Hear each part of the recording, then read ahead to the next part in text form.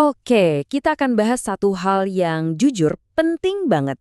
Ini soal hari akhir, hari perhitungan, tapi juga soal sebuah janji perlindungan. Kita semua tahu kan, suatu saat nanti alam semesta ini akan ada akhirnya. Nah, apa yang terjadi setelah itu? Coba deh kita bayangin bareng-bareng. Hari itu digambarkan sebagai kekacauan total.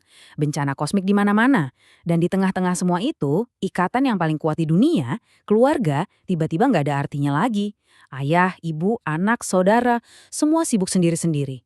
Kenapa? Karena masing-masing dari kita punya urusan yang jauh lebih besar. Mempertanggungjawabkan hidup kita.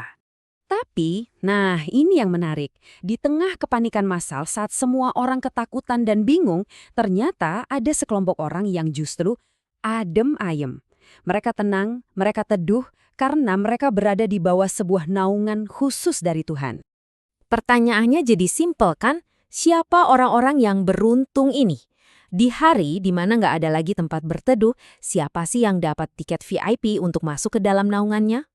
Jawabannya ada 7. Yap, 7 golongan manusia yang dijanjikan akan mendapat perlindungan istimewa ini. Saat yang lain kepanasan luar biasa, mereka merasa sejuk. Saat yang lain panik gak karuan, mereka diliputi ketenangan. Oke, kita mulai dari 2 golongan pertama. Ini menarik banget karena yang satu tentang tanggung jawab besar dan yang satunya lagi tentang semangat di masa muda. Mari kita bedah satu-satu. Golongan pertama adalah pemimpin yang adil. Tapi tunggu dulu, adil di sini tuh bukan cuma buat presiden atau gubernur ya. Ini berlaku buat siapapun yang punya wewenang. Dan intinya adalah keseimbangan. Pemimpin yang hebat itu bukan yang jago nuntut kewajiban dari orang lain, tapi justru dia yang paling duluan mikirin, hak-hak tim saya sudah terpenuhi belum ya? Soalnya, kekuasaan itu, mau dalam bentuk jabatan, ilmu, atau bahkan harta, itu ibarat pisau bermata dua. Kalau kita pakainya dengan rasa syukur dan keadilan, wah, itu bisa jadi jalan tol menuju surga. Tapi sebaliknya, kalau itu malah bikin kita jadi sombong dan semena-mena, hati-hati, berkah itu bisa berbalik jadi kutukan. Lanjut, golongan kedua. Ini spesial banget. Seorang pemuda yang masa mudanya dihabiskan untuk beribadah. Kenapa spesial? Karena masa muda itu kan lagi seru-serunya, godaannya paling banyak, dan mereka ini berhasil melewatinya. Keren. Ibadah di sini juga artinya luas ya, bukan cuma sholat atau ngaji. Kamu belajar yang rajin, itu ibadah. Kamu bantu orang tua, ibadah. Bahkan ikut kerja bakti bersihin selokan di komplek pun, itu bisa jadi ibadah yang nilainya luar biasa. Oke, sekarang kita masuk ke bagian yang lebih dalam lagi. Ini soal kondisi batin kita. Soal hati, soal pertemanan, dan soal prinsip hidup. Golongan ketiga adalah orang yang hatinya nyantol di masjid. Eits, ini bukan berarti dia tinggal di masjid 24 jam ya, bukan. Maksudnya, dimanapun dia berada, mau lagi di kantor, di pasar, atau di jalan, pikirannya itu selalu terhubung ke masjid. Selalu kepikiran, gimana ya caranya biar masjid di dekat rumah makin ramai dan bermanfaat? Nah, yang keempat ini friendship goal sejati. 2 orang yang bersahabat tulus karena Allah.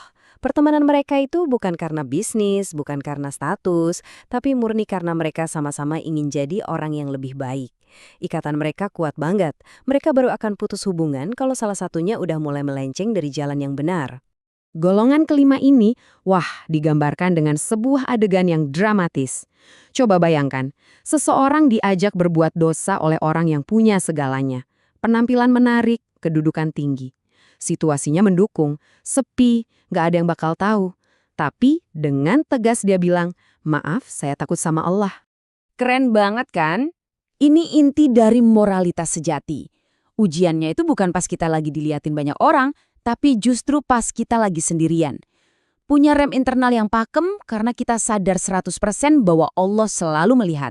Nah, itulah benteng pertahanan yang paling kokoh. Dan sampailah kita di 2 golongan terakhir. Keduanya ini sifatnya sangat personal. Ini soal obrolan sunyi antara kita, seorang hamba, dengan Tuhan. Ini adalah momen yang sangat intim. Mungkin di sepertiga malam, saat semua orang udah tidur, dia duduk sendirian. Dia mengingat Allah, lalu merenungi semua kesalahan dan dosanya. Saking dalamnya penyesalan yang tulus itu, tanpa sadar, air matanya menetes. Dan ini ngasih kita pesan yang penuh harapan. Jadi orang baik itu bukan berarti kita harus suci tanpa dosa. Bukan. Orang baik adalah dia yang kalau jatuh ke dalam salah, dia langsung bangkit dan bertaubat. Dan ingat, Jangan pernah remehkan dosa kecil, tapi juga jangan pernah putus asa dari dosa besar selama kita mau bertobat dengan sungguh-sungguh. Dan yang terakhir, golongan ketujuh. Ini adalah puncak keikhlasan. Seseorang yang memberi, bersedekah, tapi saking rahasianya, saking tulusnya, sampai diibaratkan tangan kirinya aja nggak tahu apa yang diberikan tangan kanannya. Dia memberi lalu dia lupakan. Nggak perlu pengakuan, nggak perlu pujian, murni karena Allah. Nah, setelah kita mendengar tentang 7 golongan yang luar biasa ini, pertanyaannya sekarang kembali ke diri kita masing-masing. Di antara ketujuh jalan ini, jalan mana yang sedang kita perjuangkan? Atau jalan mana yang mau kita mulai tempuh? Semoga kita semua diberi kekuatan untuk bisa menjadi bagian dari salah satu di antara mereka.